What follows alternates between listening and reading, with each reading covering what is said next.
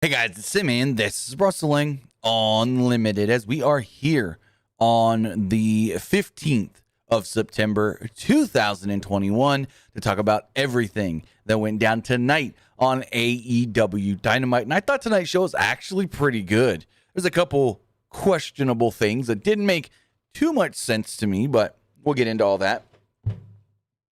I mean, how are you going to have a whole storyline where someone is calling out and talking crap about the young guys, and the oldest guy, one of the oldest guys on the damn active roster, is the one that comes out to try and shut him up? That makes no sense, but we'll talk about all that as we get into it. We also set up and got confirmation of a number of big matches next week, and I feel bad for you people on the East Coast.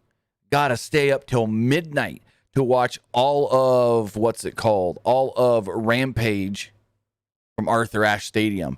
That's gonna suck because they're doing 2 hours of Rampage, not this Friday, but the following Friday.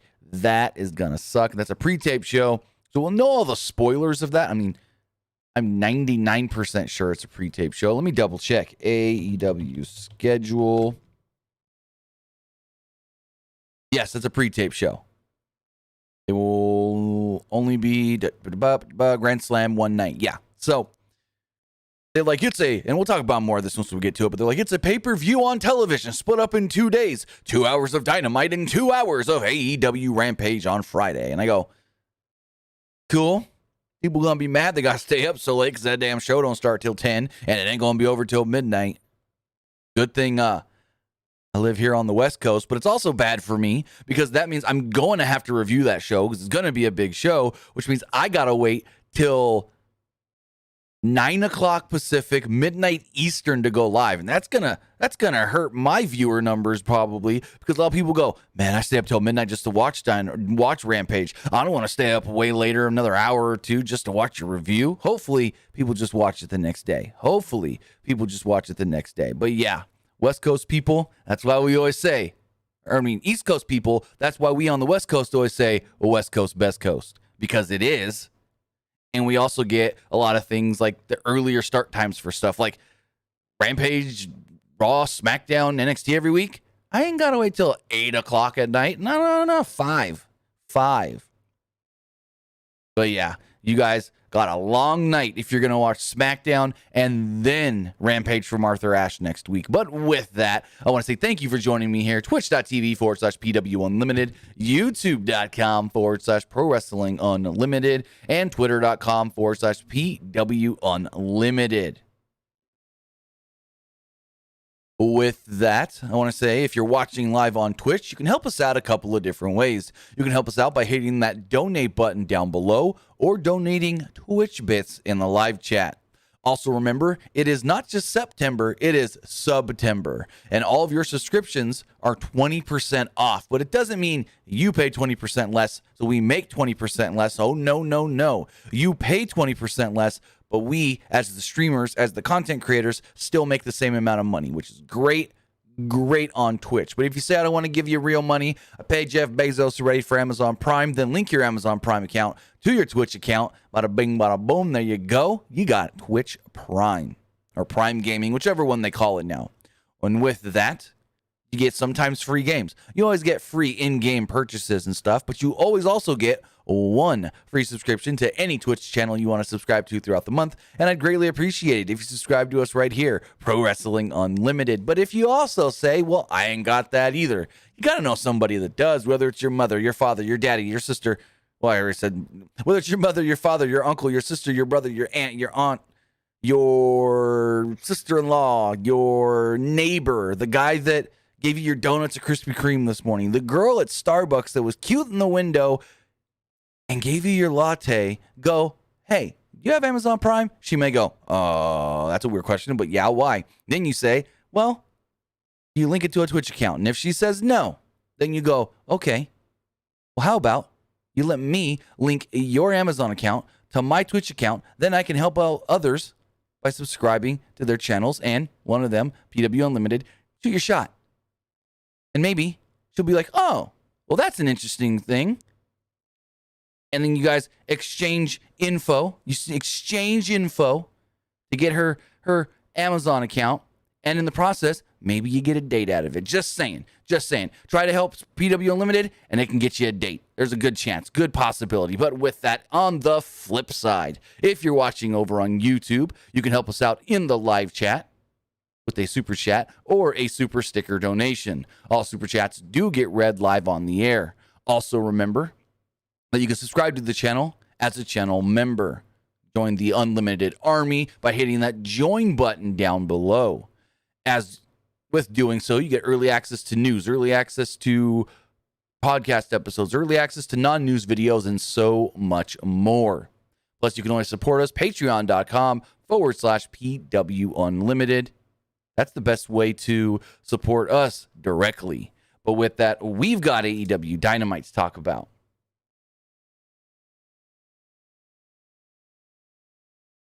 So, Dynamite kicks off immediately with commentary. And they say, we got a good one here tonight, folks. And CM Punk is going to join us on commentary. Punk's music hits immediately. Crowd goes wild. Wild. According to John Alba. Oh, I want to say Spectrum Sports, but I think he may not be with Spectrum Sports anymore. Anyways, he said he was there live. And it may have been, when Punk came out, one of the biggest reactions he has ever heard from a crowd when Punk came out. And it sounded loud as F on television. It sounded very, very loud, which is crazy because I don't know if Alba was at All Out, but it sounded like Punk got a good reaction there as well. But he said that Punk coming out at the beginning of Dynamite was one of the biggest. No, was it Punk or was it? Hold on. I think he may have, I may have misquoted him. Hold on, I'm gonna go find it again. It may have been Adam Cole, actually. Hold on. I'm gonna go find John Alba's tweet. I'm actually gonna go find John Alba's tweet. He said, because I think I'm wrong on this actually. Here we go. I was wrong. It wasn't Cole. I'll pull his tweet up right here.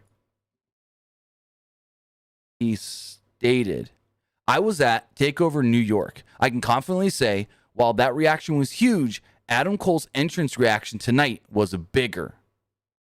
That's what it was. It was Adam Cole, not CM Punk. I apologize for misquoting, but that's crazy. That is crazy. Close that back up. But with that, CM Punk comes out and joins commentary, and he's on commentary for a good, half of this show or so. Well, that was really cool to see. Then out is our first match. It's Adam Cole against Frankie Kazarian. And again, like John Alba said, Adam Cole came out and got a massive reaction from the crowd. Not sure if I'm liking the jacket. Because the jacket's black and white. It says Adam Cole on it and whatnot and all. But when he does the arm thing, it was like, BayBay, with the arms up or out and however he does his entrance stuff, the jacket just looks way too big for him. It looks like it's 2 times too big. I don't think he needs the jacket. In my opinion, or in my thinking, this is new for Adam Cole. I don't remember Adam Cole ever coming out with a jacket. I know his entire time in NXT, it was always just the shirt. And most of the time, the sleeves cut. Adam Cole, NXT entrance. I'm going to look it up really fast. Yeah. Whenever he came out, he always had the sleeves cut. Yeah, always. Look, right here. I'm going to pull it up. Adam Cole, entrance. Nope, that's not what I wanted.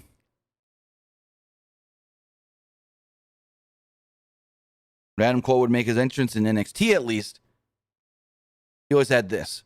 The sleeves cut. Always.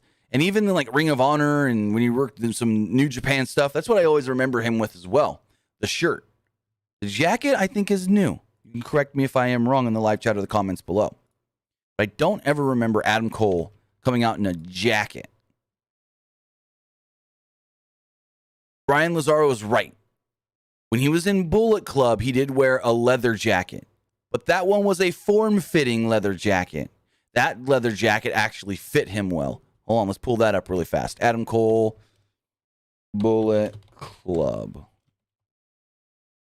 Bullet Club. Jacket. Yeah, right here. I got it. So when he was in Bullet Club, he would come out like this. I was wrong. I was wrong. He would wear this jacket. But this jacket, just a plain leather jacket, and it fit him better. If I'm remembering right. Because the jacket he wore tonight looked a little big. Looked a little big. But regardless, Adam Cole made his entrance. Gabriel says Adam Cole used a jacket in 2016. This is ROH. Well, once he joined the Elite, he may have had the jacket. No, it was once he joined Bullet Club, he started wearing the leather jacket. I don't remember him wearing it in Kingdom. I don't remember him wearing the leather jacket in the Kingdom. He always came out in the shirt and the trunks. So thinking about it, in NXT, it was always the shirt with the sleeves cut off. And it was always the shirt in Ring of Honor until he joined Bullet Club. And then it was still sleeves cut off on the shirt when you would wear just a shirt. But it was the leather jacket with Bullet Club. I don't ever remember him wearing the leather jacket before Bullet Club.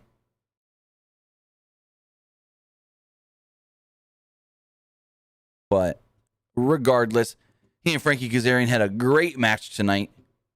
And they wrestled around with a good exchange at the beginning that was very technical to start this match off. Kazarian had a brief advantage, but Cole was able to suplex him over the ropes onto the apron. Cole then drove Kazarian onto the side of the ring. Back in the ring, Cole took Kazarian down with a boot and slapped on a rear naked choke. And JR and Punk had a little exchange here that was interesting to note. So Kazarian gets taken down on the apron, the side of the ring, whatever you want to call the rings, the apron. And Jim Ross does this thing we hear all the time. He says, "Hey, Punk, the side of the ring, the apron, that's always considered the hardest part of the ring, right? It hurts more when you get a move done on you right there." And Punk goes, "Yeah, and especially in these ROH or in these AEW rings, because they're different. That part of the ring is even harder than I've ever been used to. So I don't know what it is, the structure, the way they build these AEW rings. But according to Punk, he stated that the edge of these rings, the apron, as they call them, is harder on these AEW rings than he's used to in the past. So it means they're harder than the WWE rings and the Ring of Honor rings and so forth. So that's an interesting thing to note, that when they're doing these moves and stuff on the apron, it's even harder, because they would say in WWE, that's the hardest side of the ring. And then Jim Ross said it tonight, and Punk goes, "Well, yeah, and it's even harder than I've ever felt." So that's an interesting thing to note, that these rings are built different than other company rings. Anyways, Kazarian fought back and hit some chops on Cole. He rolled up Cole for a 2 before getting a modified calf slicer. Cole fired up and caught Kazarian with a Ushi-Goroshi for a 2. He fired up the band, but Kazarian caught the super kick attempt and bridged a German suplex for a 2. Cole then caught Kazarian out of nowhere with a super kick. He climbed to the top rope, and they said, "Oh, he's going for the Panama Sunrise." And as he tried, Kazarian turned into an Alabama Slam and followed it up with a springboard leg drop for a 2. They traded some forearms, and the crowd was very much behind Adam Cole here. Like, if anybody ever questioned, is Adam Cole going to be over in AEW? Boy, he might be the most over guy in this company other than Bryan Danielson. Like, those two might be the two most over guys right now in all pro wrestling. Kazarian then nailed a rebound lariat, but Cole hit another Ushi-Goroshi for a 2. Cole then hit the Panama Sunrise, followed by the exposed knee strike to the back of the head, the last shot. And Kazarian was down, and he pinned him 1, 2, 3. Adam Cole picks up the victory and grabs the mic afterwards. He then asks the crowd, or tells the crowd, "It's story time with Adam Cole, BayBay." He said that hope is a dangerous thing, and that the locker room hopes they can keep up with the elite. He said, but that is never going to happen. The 3 guys who have gotten under his skin since arriving are Christian, Luchasaurus, and Jungle Boy. He then challenged them to a match. he and the Young Bucks against those three at the Rampage at Arthur Ashe show. He then said, quote, "The Super Click is back, BayBay, and there's nothing anyone can do about it." Now, Super Click is what he and the Bucks called each other back in the day. And the Young Bucks just recently filed the trademark on Super Click. So that's an interesting thing to note, that now we have the Elite as the whole group. We have the Super Elite, which is Kenny, the Bucks, and Cole. But then we also have the Super Click, which is Cole and the Young Bucks. And then in February, we could also have another version of Mount Rushmore Professional Wrestling, Cole, the Young Bucks, and Kevin Steen. A lot of branches here. I don't see Steen or Kevin Owens being part of the Elite, but the Mount Rushmore of pro wrestling. If they ever try to form that, what happens? Do they pull the Bucks away from Kenny, or do the Bucks play both sides? That's gonna be an interesting one. If Kevin Owens, Kevin Steen ever goes to AEW and they try to do the Mount Rushmore of pro wrestling, that would be a very interesting one. And I doubt this would ever happen, but we also had Mount Rushmore 2.0, where instead of Kevin Steen, it was Roderick Strong, but Roderick Strong is still in WWE, and I don't know when his contract's up. So a lot of interesting things. And Patience says, are Carl Anderson and Doc Gallows just extras now? They've always been just extras. And I think the reason for that is because they're not officially signed to AEW. They're Impact wrestlers that are allowed to work AEW whenever they want and get used every single week almost. They didn't see them this week. They didn't work this week, but I assume they were probably there, though. So a video recapped the history between AEW Tag Team Champions, the Lucha Bros, and the Butcher and the Blade. Butcher and the Blade apparently are their top challengers, where, hold on, because the Butcher's been out for a while. Let me pull up the rankings. Double check. These rankings are, as of today, don't tell me the Butcher and the Blade are actually number one ranked. How are the Butcher and the Blade the number one ranked tag team when the Butcher hasn't wrestled a match since... They're 7-0. But the Butcher hasn't wrestled an actual dang match other than last week at the Dark tapings since August 9th. Well, I guess I can see how they're ranked number one. It just doesn't make sense because he was out for like over a month. Right about a month he was out. He came back last week. Yeah, he came back last week. Hadn't worked for a month, and that was exactly a month. So he was out for a month. It's like, really? You can miss like a month's worth of shows and still be ranked number one? There's something wrong with your rankings because like a week and a half ago, Santana and Ortiz were ranked number one. Now they're ranked number 4. Like, these rankings are just all over the place. And who can keep up with it? I mean, I know a lot of people watch everything, Rampage, Dynamite, Dark Elevation. Yeah, I don't. And they don't even tell us. Like, they really should on Dynamite every week do, and I get it. I know what you're going to say. Doom, they put the results at the bottom of the screen. Ain't no one paying attention to that. What they need to do every week, if the rankings are that important and a lot of guys are becoming the number one contender because of Dark and Dark Elevation, they need to do like a 90-second, this past week on Dark and Dark Elevation, so-and-so picked up a win over so-and-so, and so-and-so picked up a win over so-and-so, and so-and-so picked up a win over so-and-so, and so-and-so picked up a big win over so-and-so, putting them now ranked number 1 in the AEW rankings. You know, they need to do something like that. Just let Tony Schiavone and Excalibur run them down really fast. You can do 90 seconds, maybe 60 seconds on each show or something, 90 seconds on both. It's not that hard because a lot of people don't watch Dark and Dark Elevation. So when you get guys like 2020 Double or Nothing, I think it was. Could be wrong on that. And you go, oh, Pac and Orange Cassidy are going to challenge Kenny Omega. No, it was Revolution this year. No. 2021 Double or Nothing. Orange Cassidy and Pac are going to challenge Kenny Omega for the title because they're both ranked number 1. And it's like, but Orange Cassidy hasn't worked a singles match on Dynamite in months. What the hell? It just makes no sense. You got to be like, hey, Here's what happened this week on Dark and Dark Elevation. You got to do just a quick so-and-so beat so-and-so, and so-and-so beat so-and-so, and so-and-so beat so-and-so. And that was a big win for them because now they are ranked number 2 in the AEW men's rankings. They are ranked number 1 in the women's rankings, and this and that, da-da-da-da-da-da. And also, let's talk about these women's rankings for a minute. How does this make any sense? How does this make any sense? Like, I get why they've got it like this. But hold on. Why did it just... Look at this. You got Ruby Soho ranked at the top, right? I get it. She's technically the number 1 contender because she won the Casino Battle Royale. But putting your graphic like this just makes the rankings seem stupid. Makes the rankings seem just... What? She's 1-0. She's won 1 match. Technically 2-0 if you count the Battle Royale, but they're not.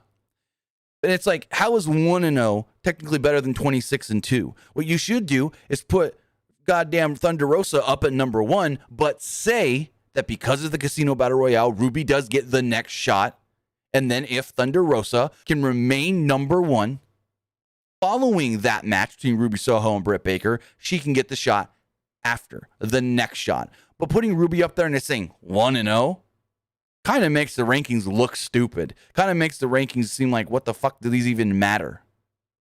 Like, I get it. She's up at the top because she won the Battle Royal. But it just makes the rankings look dumb. It makes the rankings look, what's the word? I'm not going to say insignificant. I'm not going to say that. But it's just something about it. It just, when you see that and say you don't know that Ruby won the Battle Royal. Say you don't know that she won the Battle Royal. Then you go, how is 1-0 better than 26-2? That makes no sense to me. Then you got to go look and go, oh, she won this number 1 contenders thing, and she gets the next shot, and that makes sense. And okay. Warm Hedgehog, her hair's always been orange since coming to AEW. She changed it as soon as she got released by WWE. Have you not watched AEW for the last 2.5 weeks? Like, for the last week and a half or so, her hair has been orange. When she debuted in the Battle Royal, when she took on Jamie Hayter last week on Dynamite, when she wrestled last week on Rampage, her hair was orange every time. Have you not been paying attention, bro? But anyways. And also, Gabriel says, Jade has a better record. She's 13-0 now. This was the record before. These were the records before tonight's Dynamite. So she was 12-0 before tonight's Dynamite. After Dynamite, she was 13-0. But before, 12-0. But yeah, it makes the... Again, Gabriel, I just said that. These are before. They don't live update their rankings. They will update them once a week on Wednesday morning. But regardless, it makes the rankings look dumb when you look at just the graphic and it says number 1 is 1-0, but number 2 is 26-2, and number 3 is 12-0. It's like, well, first off, 12-0 is way better than 1-0. 26-2 is better than 1-0. Like, anyways.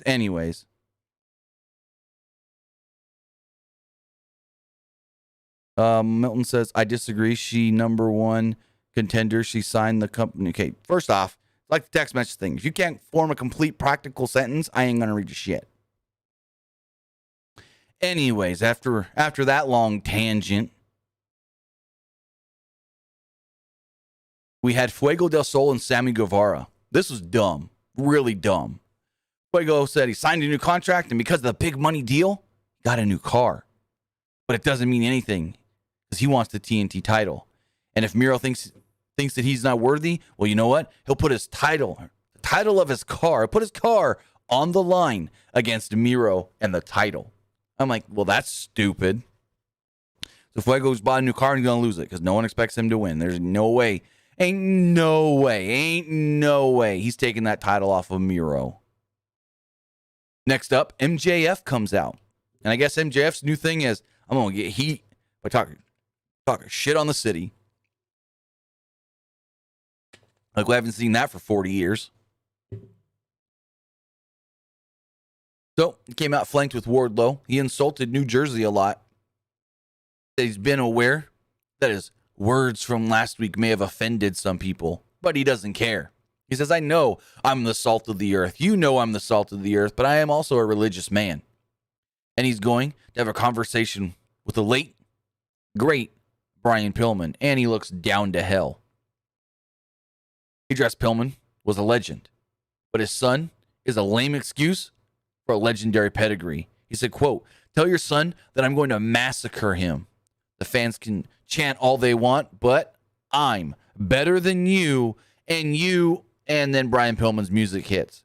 MJF directed Wardlow, run interference, go up the ramp, go get him, but Pillman was smarter than that and came in from behind with the chair. Wardlow ran back in and took the chair from Pillman.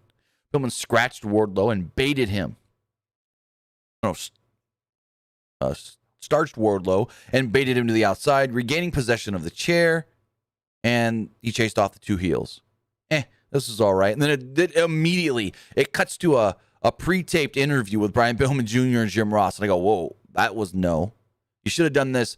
What they should have done was Pillman's in the ring, and they send Tony down there to interview him in the ring live in front of the fans. It's just weird that he's in the ring, and then they got to cut to a backstage promo interview thing with him from earlier in the day. That was weird. But I get why Jim Ross did it, because of the connection with Brian Pillman Sr. and the family and stuff. And Jim Ross ain't getting his ass up off that commentary table to walk down to the ring. He's sitting there till they tell him the show's over and you can get up. So Pillman had to sit down with Jim Ross. JR brought up his history with Pillman's family. And he remembers being in Atlanta and getting that phone call from Brian Sr., that is, saying, Jim, we've got a son. And I'm going to name him Little Brian. He said that last week was embarrassing. Quote, we need to see MJF get his ass whipped, Pillman stated. And the question is, does Pillman have what it takes? Pillman says he has worked hard to live up to his father's legacy. While MJF was living and growing up in luxury, Pillman was fighting for his life. Quote, you have never been in the ring with somebody like me. As he said this last week as well. He said his upbringing was feral. And at Arthur Ashe Stadium, MJF is stepping in the ring with a Pillman. Delivery was good, but it's just not believable. No one believes that he's going to beat MJF next week. It would be great if he does, but ain't no one going to believe it.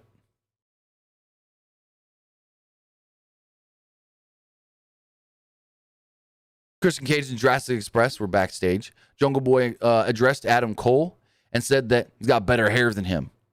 Christian then cut him off and slightly disagreed, saying that the Bucks are good enough friends to save Cole from... He literally said the elite saved you from developmental.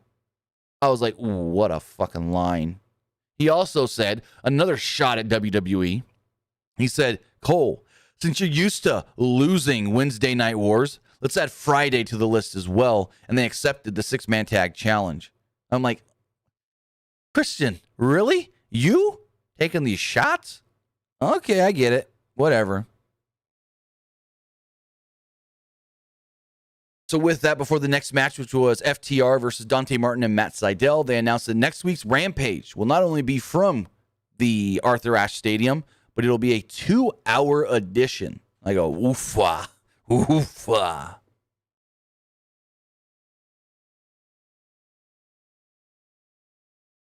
So Martin and Seidel out-wrestled FTR at the start of this match with their speed and quickness.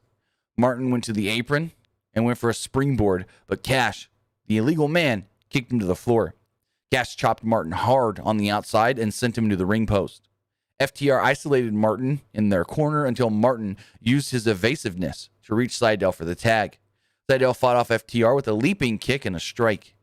He fainted on a dive before landing an assisted combo dive with Martin, both men of FTR. FTR regained control as we went to a commercial break. Once back, Martin accomplished a blind tag, drop kicking both of FTR for his entry into the ring. Martin and Cash exchanged some cradles until Dax tagged in and hit a sunset flip cradle. Took a sunset flip cradle from Martin for a good near fall. Dax then baited Martin into an attack from Cash. He tried to fight off both men by himself and eventually ran into the big rig and got pinned 1, 2, 3. FTR picks up the victory. Suzuki Goon, Minoru Suzuki and Lance Archer addressed the, quote, Suzuki incident, where AEW cut off Suzuki's theme song last week at the climax of his entrance. Archer said that Jon Moxley had an unfair advantage in his hometown. They will take on Moxley and Kingston next week in New York City. Suzuki-gun, Ichiban. Now, I must have missed this because I didn't see which show next week this is on. Let me...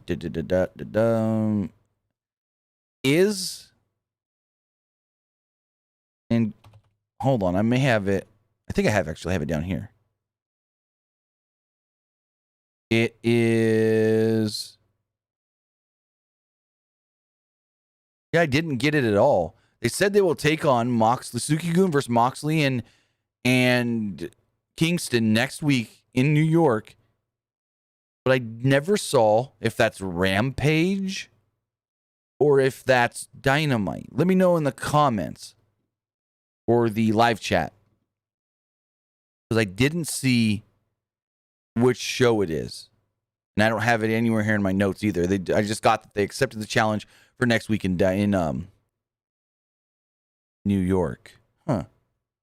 Interesting. Well, let me see if I can find it on Twitter really fast. Let's go Twitter, AEW. Do they have the lineups for next week? Because I don't even think I ever saw the graphic for that match.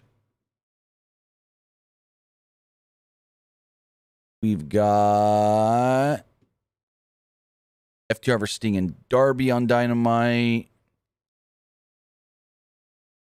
We've got Cody Malachi Black, Danielson, Omega. Yeah, I don't see what show it's actually on. Huh. That's weird that they accepted the challenge that Kingston put out on Dark, but they didn't say what show. Maybe they're just not sure because they got to see where they can fit it in. Because you cannot cut that for time again, especially not getting the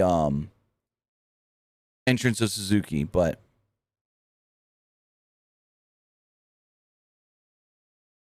TJ Rector says, what do you mean you don't see WWE talking about AEW like they do?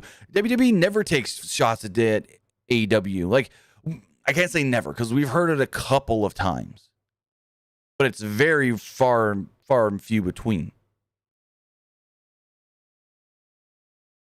Anyways, the lights went out, and up is Malachi Black. He's in the ring. And he starts his promo by saying, members of the House of Black, please rise. He said, we have an enemy in our midst wearing the colors of the enemy. And he points out Rosario Dawson sitting there ringside. And they go, uh-oh. This man trying to go after a Jedi. This man trying to go after a lightsaber-wielding Jedi in a Ahsoka Tano. Oh, you don't want to do that. You don't want to have to go after a Jedi. And he goes to Rosario Dawson, who's wearing Cody merch. She steps into the ring. And it looked like Black was about to attack her, but Cody, wearing a red suit, makes the save.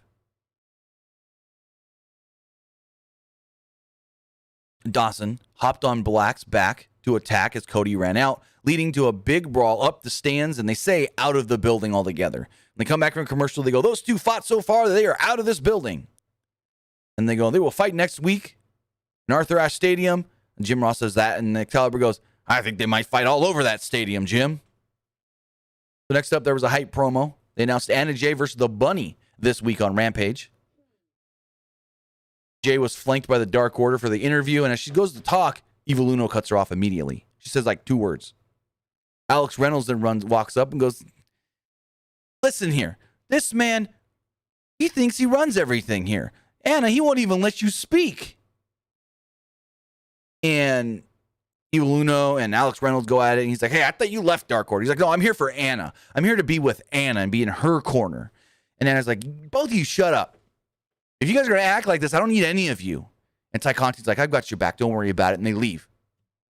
So, again, teasing that they need somebody, a leader, to keep them whole, to keep them together, and no more of this infighting. Because Evil Uno ain't that leader, even though he's technically number 1.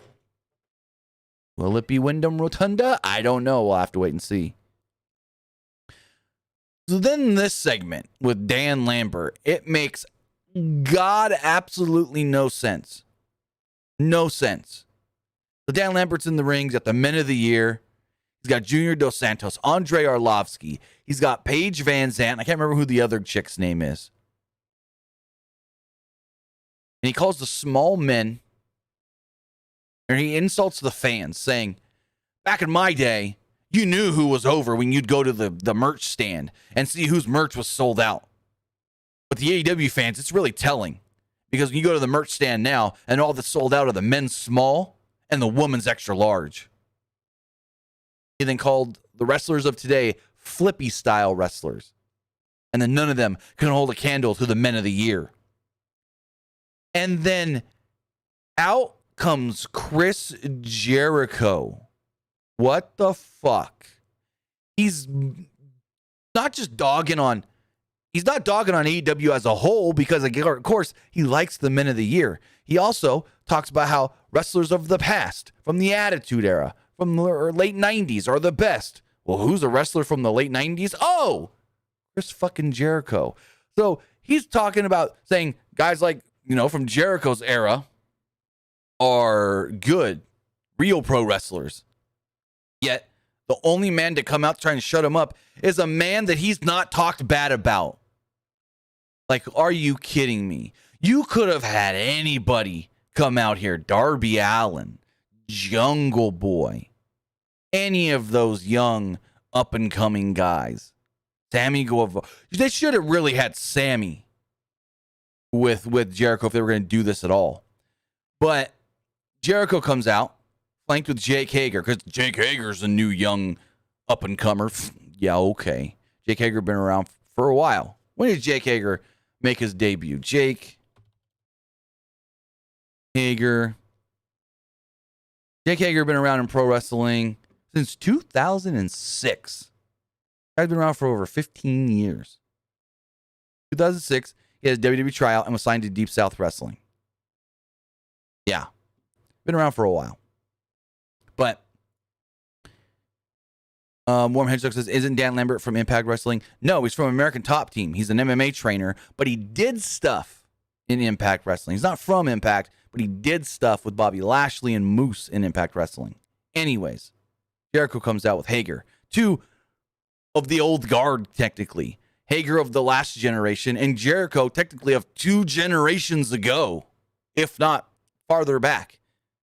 Like, when you're talking about the new young guys coming in that only do flippy stuff because they climb up to the top. He says they climb up to the top of the rafters and they jump off with their back flips going through 6 tables and whatnot. He's like, that's not real pro wrestling. And I'm like, okay, so who's going to come out? Darby? I mean, you're literally describing Darby. And Darby's already had beef with the Men of the Year anyway, so it would make sense. But then it's fucking Jericho. This makes absolutely no sense. So Jericho comes out, and Lambert starts getting livid, yelling at the crowd, don't sing that song, cut his music, we don't need to hear that, no. And they cut his music, because Lambert's apparently got pull, and the crowd keeps cheering, or chanting, or singing the song, Judas. Finally, Jericho calls Dan Lambert a fat-faced dipshit. Lambert called Jericho a manipulator, getting the fans to spend all their money, all their allowance, on his merch and on his stupid Fozzy records. Jericho asked the American Top Team, quote, which one of you guys is on top? And then the crowd chants, who's on top? Who's on top? Who's on top? He brought up the fact that he's fought MMA guys in the past. He literally said, everybody's got a plan until they get punched in the face. I've beaten a former UFC champion in the Beast. And what was the other line he said? Hold on, I have it written down here. He said, I faced a former UFC champion in the Beast. And before that, I had an MMA shoot fight with a raging Bill backstage. Bill Goldberg.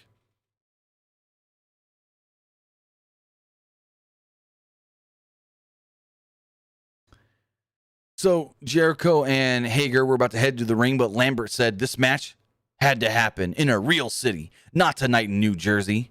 and Jake Hager and Jericho would take on the Men of the Year next week.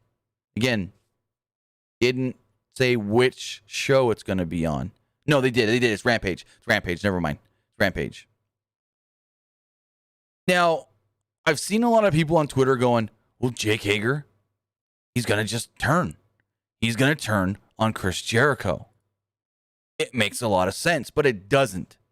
It doesn't make sense for Jake Hager to turn on Chris Jericho and join Dan Lambert for the simple fact that he's not training. He's never trained. He doesn't train with American Top Team. Now, if he was trained by American Top Team, that would be different. Where it's like, yeah, he's trained with these guys in the past. Is he going to stay loyal to Jericho? Does he go with Dan Lambert stuff?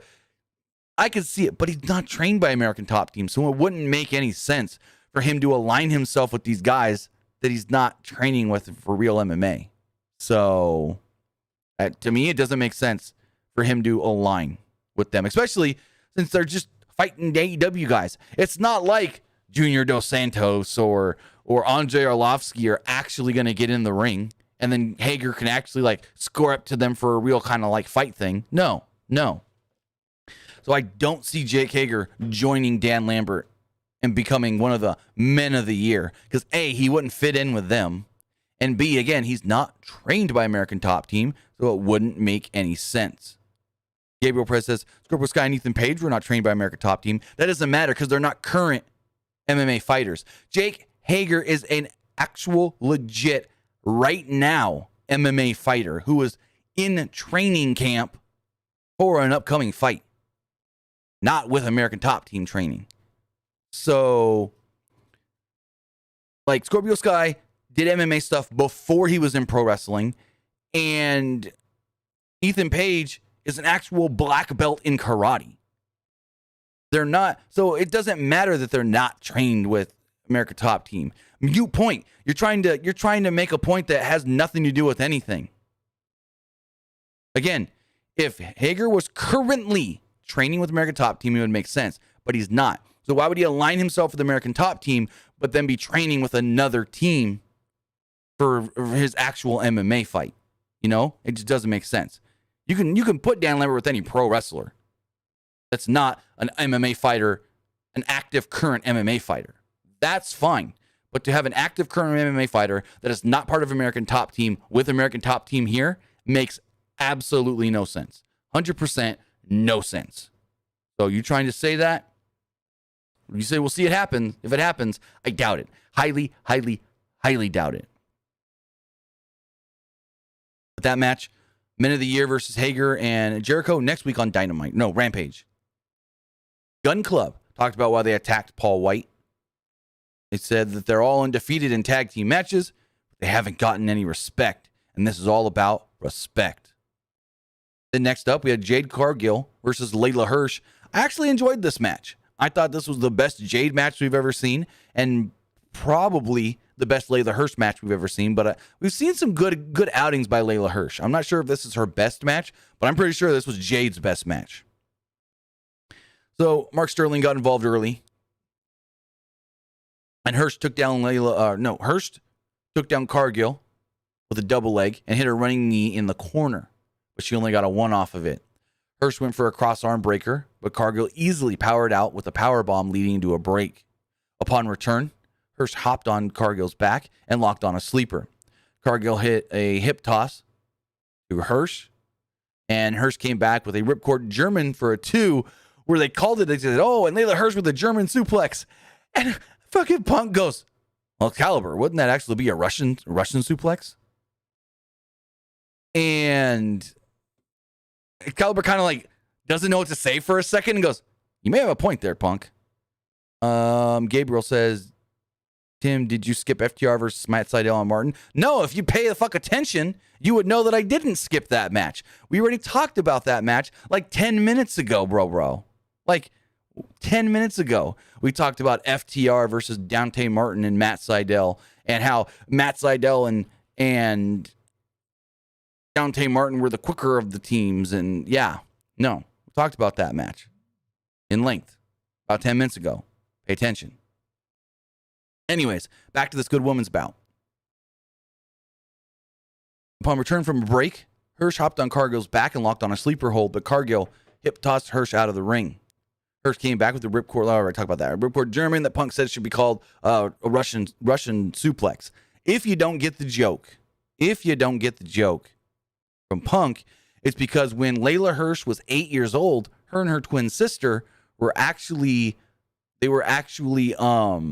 what's the word I'm called? What's the word? I can't remember the word now. Adopted by an American family as they were living in Russia. She's originally from Russia.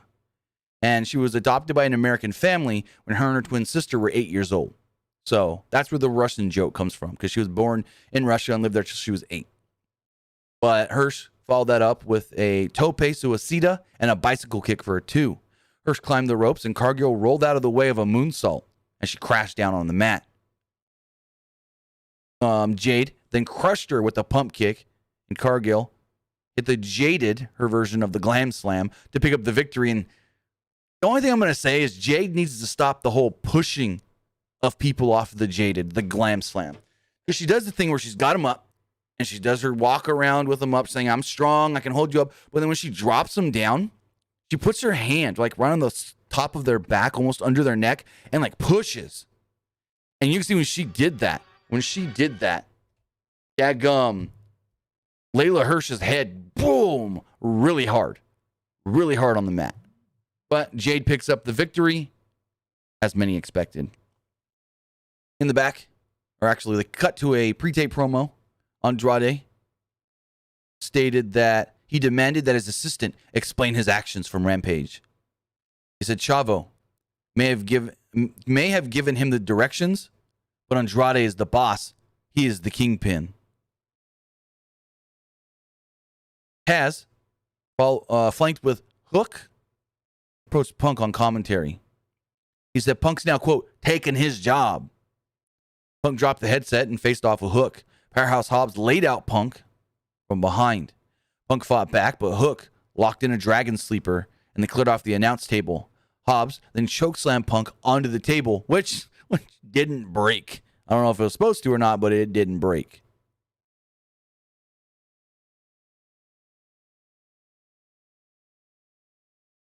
Next up, Shawn Spears addressed Darby Allin. Says he's the man who gave Allin his first loss. The chairman cometh. Gabriel says, I think this is a way to take Chavo off TV. Chavo was never signed to the company. It was only a short-term deal anyways. I just fear that we're going to end up getting goddamn Andrade with Ric Flair. That's what I think is going to happen. And I kind of don't want to see it. I kind of don't. So going forward, we had Darby Allin versus Shawn Spears. Spears dropped Allin over the top rope right away and beat him down on the floor. Do we see thinking about it, we see a lot of that in AEW where immediately matches go to the floor, go to the outside, and they fight around there for a little while. He attacked using the ring steps and repeatedly kneed the head into the steps of Darby Allin. Spears then flipped off Sting. The hesitation was enough to let Darby get the advantage. He hit a knee strike as Spears came up the steps. Allin wanted a tope suicida, but totally got in the way, allowing Spears to pull Allin to the floor. Again, back on the outside, Spears wetted a cloth and wiped it up, taking the face paint off of Darby. Once back from a commercial break, Spears had Allin trapped in a scorpion deathlock, mocking Sting at ringside. Allin reached the ropes to force the break and took out Spears with the basement dropkick and a code red for a near fall.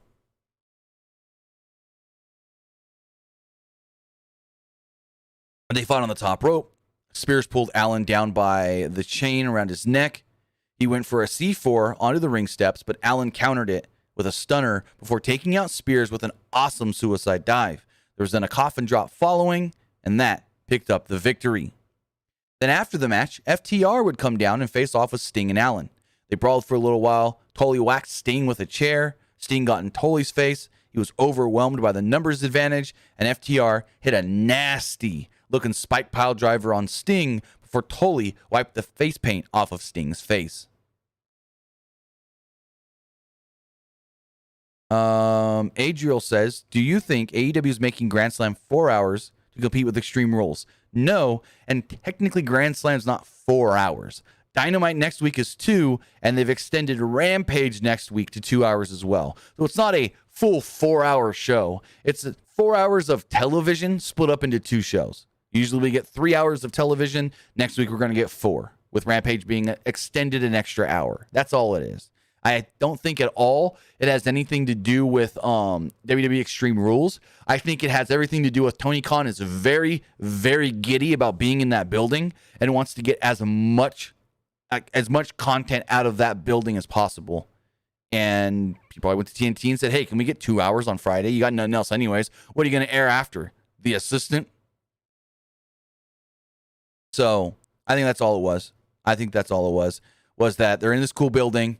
Tony thinks it's going to look very cool, and that he wants to get as much money out of that show as possible, as much content, as much time out of being in that building as possible. That's all it is. I don't think it has anything to do with WWE and Extreme Rules, because if that was the case, then it'd go up against Extreme Rules, and they would try to say, look, we're going to put on a better show than WWE at the same time, and da-da-da-da, you know. Adriel says, so technically NXT Stand and Deliver. Yes and no, because again, we still always have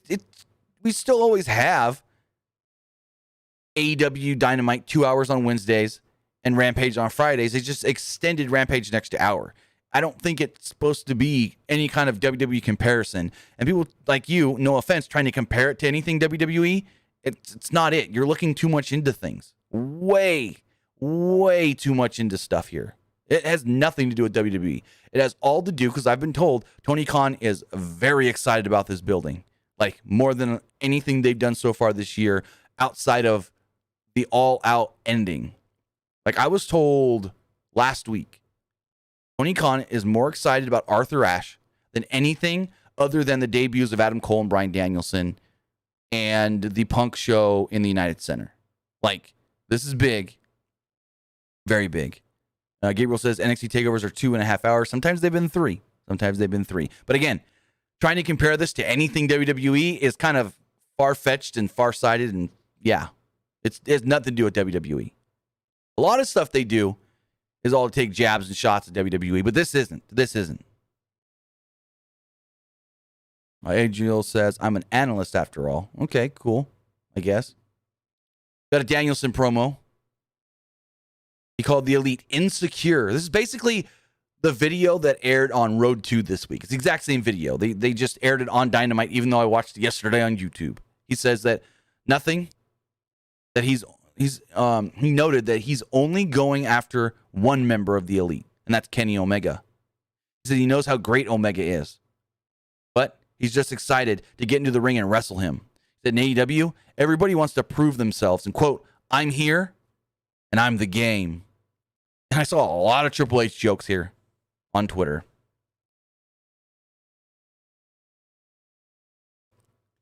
Cincinnati says, how come steel steps are no DQ? It's just like the announce table. It's no DQ because those are physical items already set up at ringside. It's not the wrestlers. This is the way it's always been explained.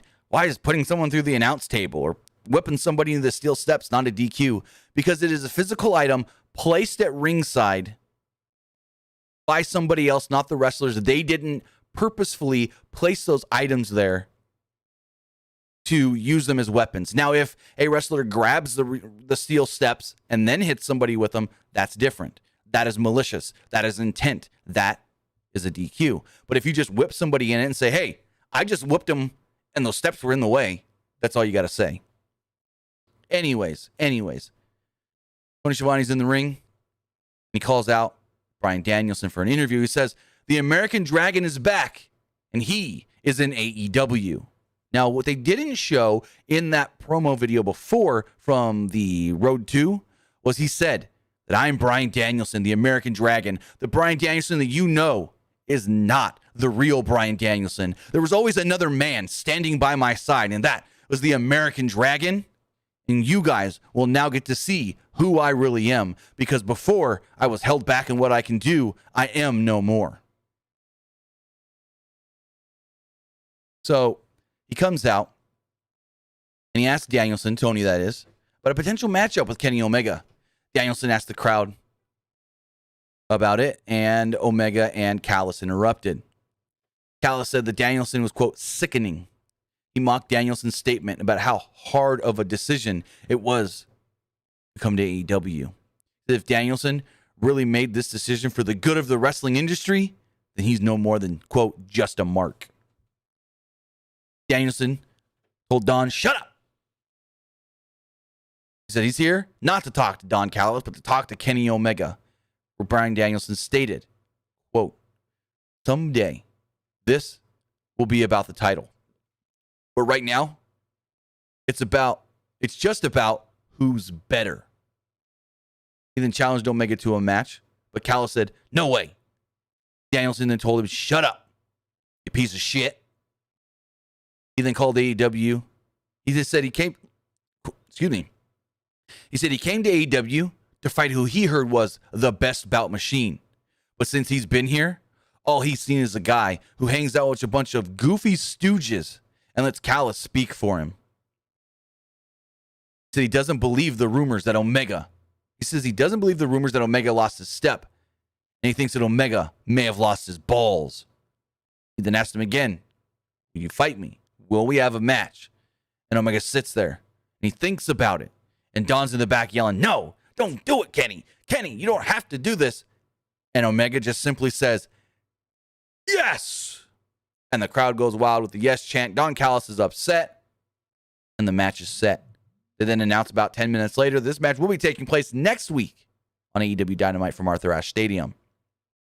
Ramiro addresses Fuego del Sol. He couldn't believe that Fuego was calling him out of all people. He said Fuego is putting his throat on a blade that has already been speared. Quote, I'm going to bash your brain, and then I'm going to bash your car. This is the word of the Redeemer. Matt Hardy once again called out Orange Cassidy. He said Orange owes him a debt for breaking his nose. He said he's going to shave Orange's head. And I'm like, we're going to get hair versus hair? I don't think they're going to shave Orange Cassidy. Matt Hardy going to go bald? What? Huh? I don't know. We'll see. Watch them go. Hair versus hair. Orange Cassidy versus the Blade. The Blade's already fucking bald. Anyways. Saturday says Bryan did not like the yes gimmick. He really trashed on that hard. When? He came up with the yes gimmick. They told him, you're turning heel, and we need you to do something that is going to make people despise you and think you're annoying. He came up with the whole yes gimmick, which he actually stole from Diego Sanchez. But he's the one that came up with that whole no and yes thing. I just think that he sees it. He sees it too much as WWE, so he doesn't want to do it. He teases doing it, like when he first came out on Dynamite, was it last week? And he did the whole, like he was going to skip down the ring sideways to do the yes, and he's like, no, and he just walks down normal.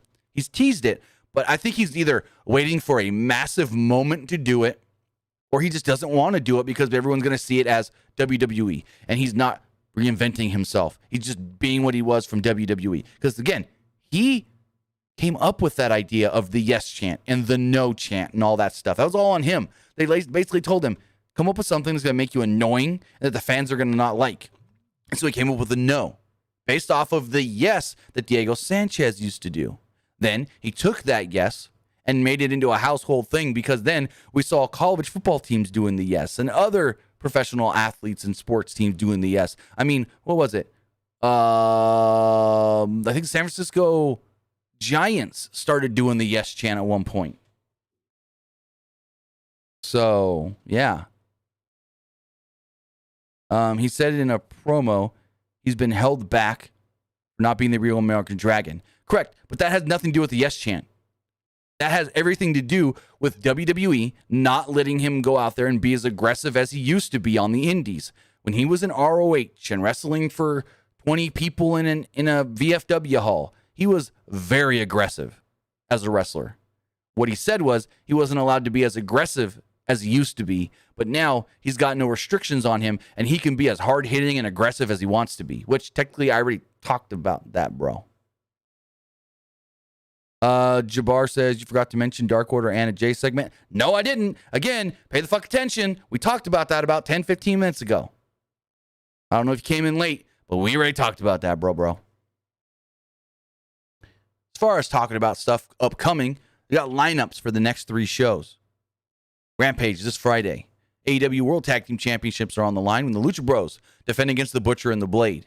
Anna Jay will be going one-on-one with the Bunny, and the TNT Championship will be on the line when Miro once again defends against Fuego del Sol.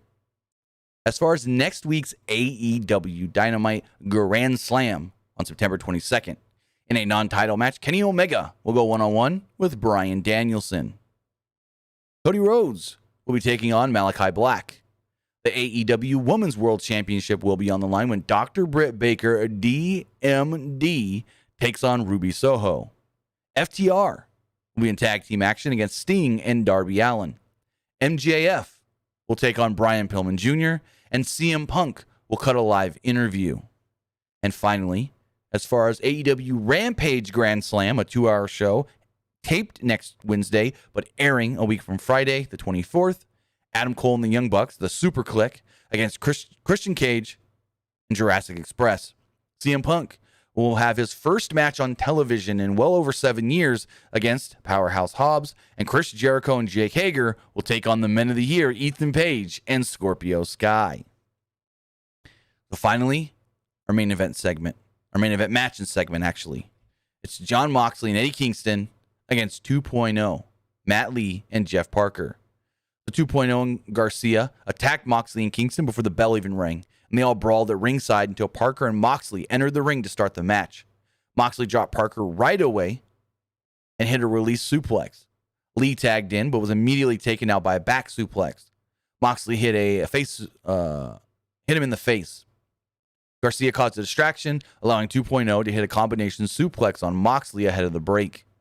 Kingston then got the hot tag and leveled both members of 2.0 with a right hand. He hit the machine gun chops in the corner, followed by an exploder. Garcia caused another distraction, and that allowed Parker to roll up Kingston for a quick 2. Kingston immediately hit a spinning back fist and tagged in Moxley. They hit their combination lariat and half suplex for the decisive victory. So Moxley and Kingston defeat 2.0. After the match, Minoru Suzuki comes out, this time getting his full Kaze ni Nair entrance. Came out with a nasty bruise over his eye from being busted open last week. Lance Archer came out behind him. Actually, no, not behind him, from behind, and pulled Kingston into the crowd. The two then brawled all over. Suzuki then brawled with Moxley, and he went for a Gotch-style pile driver on the timekeeper's area or table on the bell, but Moxley reversed it, hitting Suzuki over the head with the microphone. The two brawled a little more, and they kept brawling as the show faded to black. So the show ends, and they're still brawling, leading up to whenever this match takes place next week. I would assume Rampage, since Dynamite's already stacked. But with that, guys, that was AEW Dynamite tonight.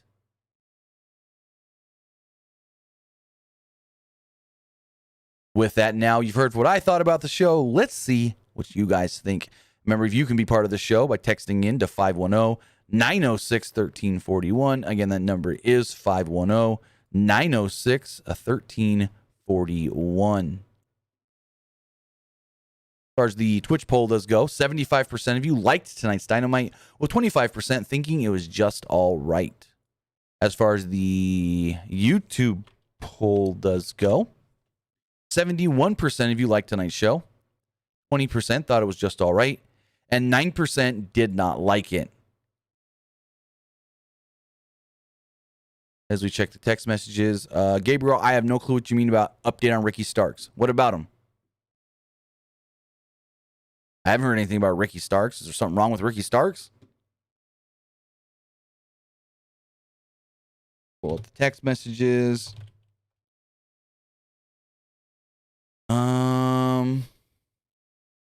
Let's see. This text message here says, I thought Dynamite was great.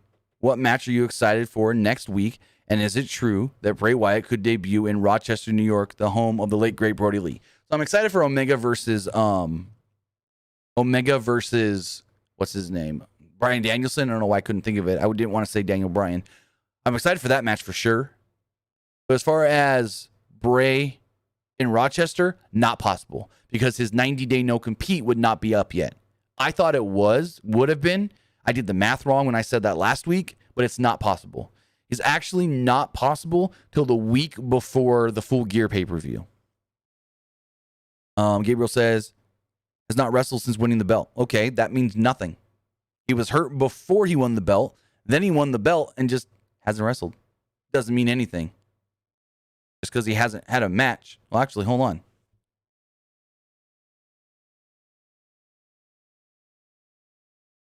Let's see. Ricky Starks matches. Actually, bro. He wrestled this past weekend at the Universal Studios tapings for Dark. He defeated Darius Lockhart. So there you go. Took me 2 seconds to look that up. If you ever want to know when a wrestler's last match was, just type in their name on Google, space, cage match. Then you click matches, bing, boom, bang. There you go. It says, I agreed with you about AEW ratings.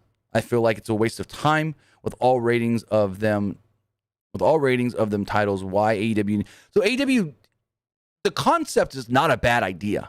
Having ratings and making sure people are ranked before they earn, so that they've earned their shot. But when half of the time these people earn the number one ranking and it's matches not on regular television, then it's going to confuse the fans that don't watch the YouTube show. You know what I mean? You have to do some sort of a, like, even if Butcher and the Blade are ranked number one, then they should go, Butcher and the Blade, they're the number one ranked tag team right now on All Elite Wrestling. And this is how they got there. They defeated this team on Dark and this team on Dark and this team on Dark Elevation. They should do that. Not just, oh, hey, Butcher Blade, you're number one ranked, so you're getting a tag title shot against us this week. Like, huh? And then to put somebody at the top of the rankings just because she won a number one contenders match, again, that also doesn't make sense. Keep your rankings legit looking and just say, hey, Ruby's got the next shot, but Thunder Rosa is technically ranked number one, so she gets the shot after Ruby since Ruby was in a special match for the next title shot. You know what I mean? They just need to do certain things to make the rankings actually seem better and more legit, if that makes sense. Versus says, who do you think will be Ospreay's new United Empire member? I think is Buddy Murphy. I have no clue because I don't really follow any of that right now. Like, I'll watch the big New Japan shows, but he ain't on the main shows. He's on fucking the small stuff.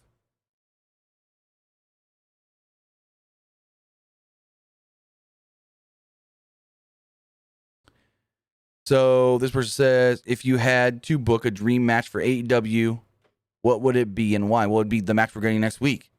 Bryan Danielson versus Kenny Omega, two of the best in the world. Actually, if I'm really going to book a dream thing, it would be that Adam Cole turns on the Elite to challenge Kenny for the belt. That's my dream match right there. Adam Cole versus Kenny Omega for the title, where he's going to say, oh, I was only with the Elite to get in on their good side. You get their guard down before I really come at Kenny. Or says, do you think Bryan will wrestle differently or the same as WWE and AEW? Granted, I've never watched an American Drag. Okay. So he's going to be more aggressive than he's ever been in WWE. Like, when he's kicking somebody, he's going to roll kick them hard. When he's doing dives through the ropes to the outside, he's going to fly. He's just going to be way more aggressive. He's going to make things look even more real than he ever did in WWE. That's the American Dragon. American Dragon makes things look like it's a real fight, like it's an MMA bout almost.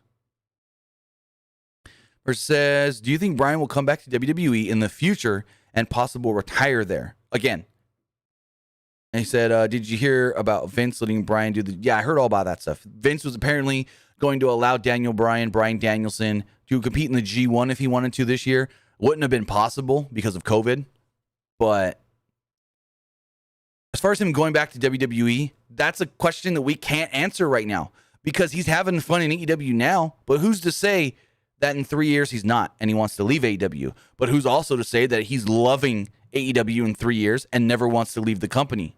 Or what if he's in 3 years goes, all right, I'm retired. I'm done. I'm not going to sign with either company. I'm just done. What if this is his last deal in professional wrestling and then he's fully retired?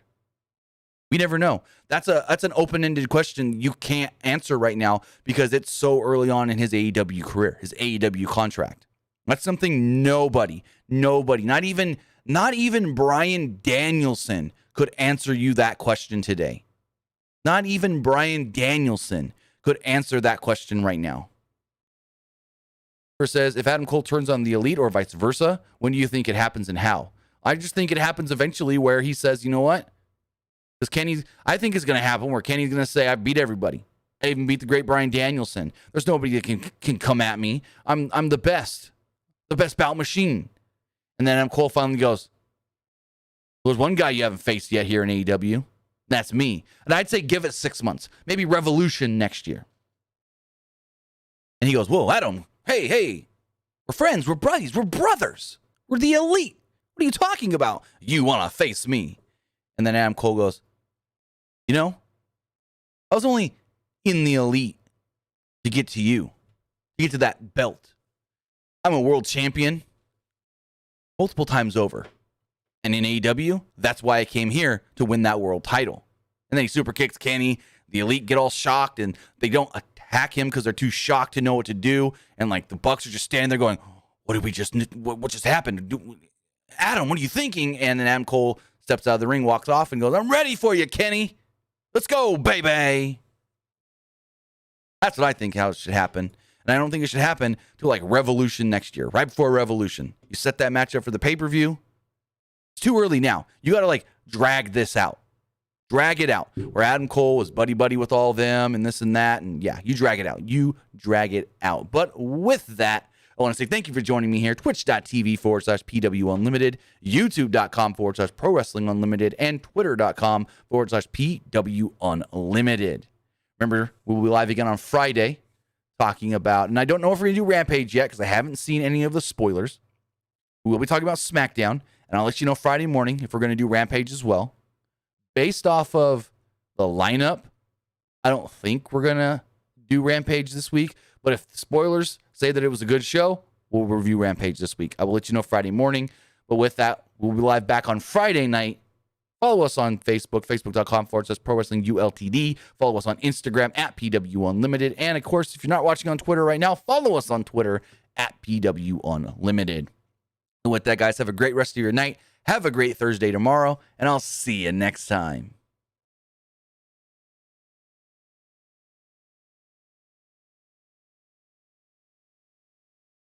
All right.